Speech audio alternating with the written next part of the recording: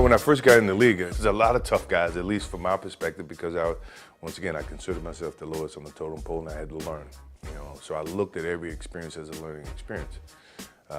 Physically, it was a much more physical game than what it is today. You couldn't walk across the lane without getting checked.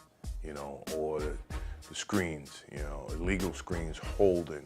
You always had to pay a price.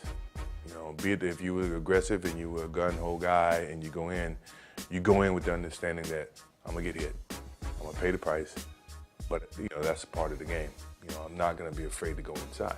Those are types of things that these kids don't even have a clue of how we had to grow up or how we had to play.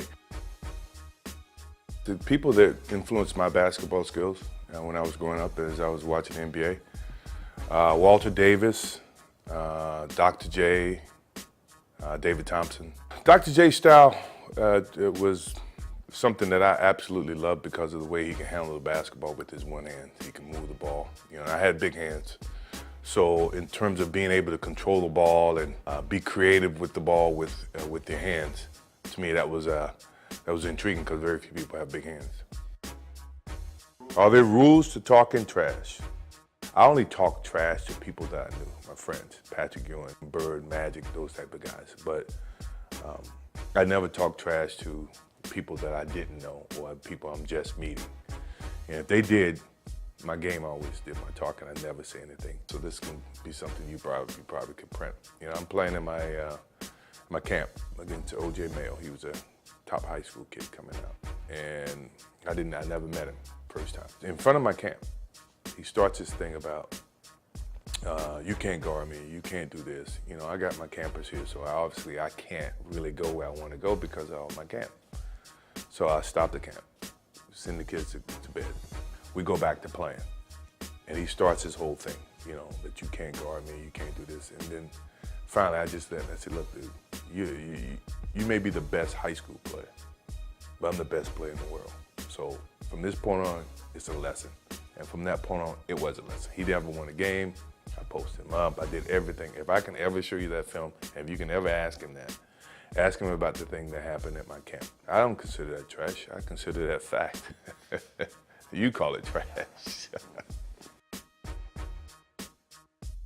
You got to be very competitive. I think a lot of my defense is because of my competitive nature, is that I don't want you to outscore me, or I don't want you to score a certain number of points on me. Gary Payton and I had an interesting competitive, he's supposed to be the glove. And the media made a little bit of a splash, and then the next thing you know, we're playing against them in 95-96 for the playoffs. And the whole thing was Jordan against the glove.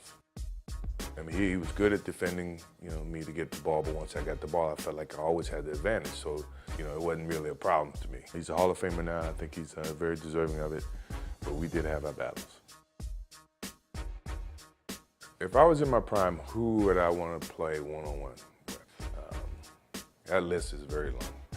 Start off with Jerry West, Elgin Baylor, Kobe Bryant in his prime, LeBron in his prime, D. Wade in his prime, Melo.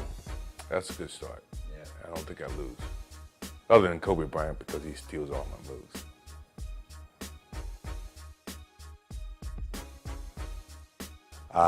No.